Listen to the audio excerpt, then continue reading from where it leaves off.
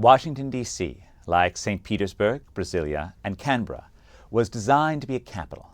The city's origins are purely political. The Continental Congress convened in Philadelphia, America's largest city throughout much of the 18th century. But locating a government in a populous metropolis creates vulnerability to urban mobs. On June 20th, 1783, 400 angry Continental soldiers massed on the Pennsylvania State House, demanding back wages from Congress. A young representative from New York, Alexander Hamilton, persuaded these so-called mutineers to let Congress leave for the night. When they were free, the congressman petitioned Pennsylvania's government to control the soldiers. Pennsylvania's leaders demurred, and Congress fled for Princeton, New Jersey. The city of brotherly love wasn't looking like such a safe place to seat America's national government, and the Continental Congress started wandering to Annapolis, to Trenton, to New York City. The Continental Convention of 1787 returned to Philadelphia, but that convention was pretty sure that it didn't want to leave future governments at the mercy of a host state. Article 1, Section 8 of the U.S. Constitution establishes the power of Congress, and I quote, to exercise exclusive legislation in all cases whatsoever, over such district, not exceeding 10 miles square, as may by cession of particular states and the acceptance of Congress become the seat of the government of the United States. Meaning, Congress was going to be master in its own house.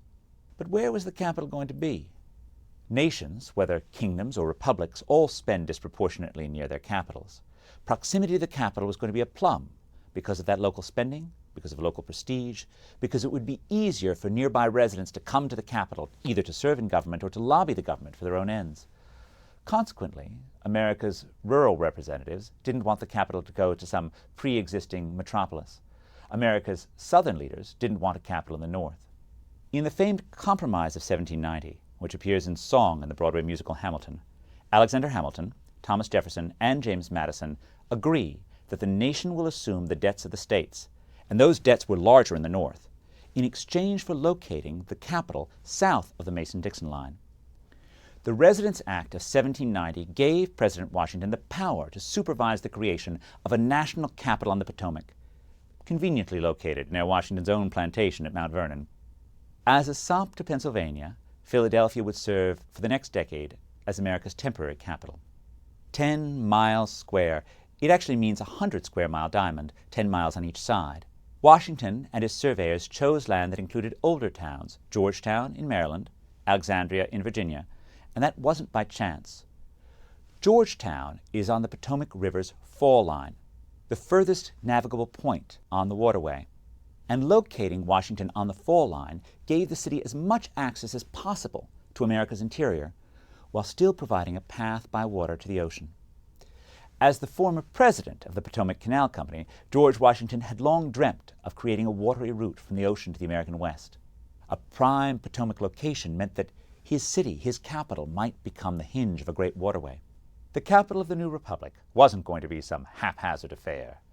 Washington hired Pierre-Charles L'Enfant to plan the city. L'Enfant's father had served Louis XV, and his son had studied in the Royal Academy at the Louvre. Like Lafayette, L'Enfant came from France to fight in the American Revolution. He served under the Marquis and Washington himself as a major of engineers. After the war's end, he helped rebuild New York City and was ready when Washington needed a city planner. L'Enfant's plan was a marvel of geometric grandeur. There were to be spacious boulevards, massive monuments, a new system of longitude specifying the U.S. Congress as 0.0 degrees. Take that, Greenwich! L'Enfant imagined a great global capital, truly an imperial city, not a homely spot on the edges of the European world. Notably, L'Enfant was designing a city to look impressive, not to be functional, and Washington is still dealing with the downsides of his vision 225 years later. For decades, Washington's reality was far less impressive than L'Enfant's plan. Congressmen lived in rough boarding houses. The city's streets were dusty and plain. The British burned Washington in 1814. Its location on the Potomac gave the Royal Navy easy access to the seat of government. By 1840, the population of the district, which included Washington City, Alexandria, and Georgetown, was less than 34,000, and the city of Washington had less than 24,000 inhabitants, making it only the 13th largest city in the U.S. Washington was actually losing ground in America's urban hierarchy, for it had been the country's 9th largest city in 1820. The district's doldrums led Alexandria to ask to be returned to Virginia. Washington's slow start reflected the extremely modest nature of the federal government during the first half of the 19th century. America's national capital was small because America's national government was small. Imperial cities always depend on the power that lies behind them, and the locus of power during the 19th century was usually state governments. Washington's size has typically increased most during periods when the federal government has become stronger. After 1810, the city's population increased most in percentage terms during the 1860s, when the Civil War established the primacy of the nation over the states. Despite the threat from Southern soldiers, Washington boomed as the center of the war effort, and then as the command post for the reconstruction of the South. During the 20th century, Washington grew most during the 1930s, when FDR expanded federal power through the New Deal, and as the capital of a nation at war during the 1940s. By 1950, the district had over 800,000 inhabitants, a level it has never reached again. Washington's growth partially reflects direct federal employment. But as any tour of the city makes plain, plenty of the city's workers are trying to influence the government from outside. Business lobby groups, public sector unions, think tanks of all flavors and stripes, they all have their Washington offices. One common story, probably apocryphal, is that the very term lobbying came from Washington's Willard Hotel, where the ambitious would lurk, hoping for a chance to bend the ear of President Grant over a brandy and a cigar. The city's southern location also helped to shape its character. It had the largest African-American population of any American city in 1900, which reflected partially its proximity to the old slave states. For decades, it was the closest city where a freed slave could come and hope to get something other than Jim Crow justice. Washington became even more Southern and a bit more Jim Crow when Woodrow Wilson's government segregated Washington offices and his Congress banned racial intermarriage within the district. 50 years later, John F. Kennedy would quip that Washington is a city of Southern efficiency and Northern charm, elegantly mocking both sides of the Mason-Dixon line. The wealth of the United States would eventually produce l'enfant city of monuments. Washington, Jefferson, and especially Lincoln all enjoy impressive memorials. The White House is an international icon of power.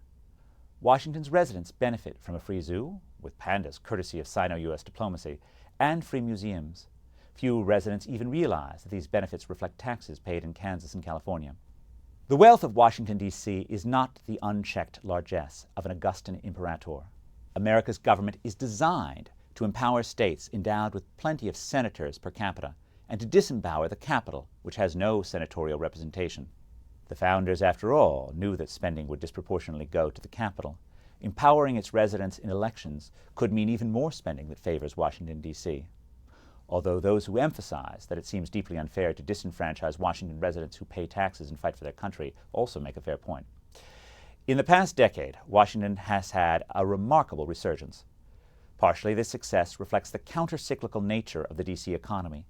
Since Washington spends more during a downturn, the city does well when the rest of the economy falters. But Washington's recent success also reflects the fun that percolates beneath the grandeur. The city's African-American history gives it a rich cultural heritage. Washington attracts the young, and they have built a thriving nightlife. Even in a ponderous city built of overly broad boulevards meant to impress rather than to connect, human invention emerges and produces joy. America is a republic, but it is a republic more powerful than any empire in history. Unsurprisingly, America's capital is also an imperial city, albeit one with democratic characteristics. And like other imperial cities, Washington is a city that both benefits from the fruits of empire and that suffers from its own sense of importance.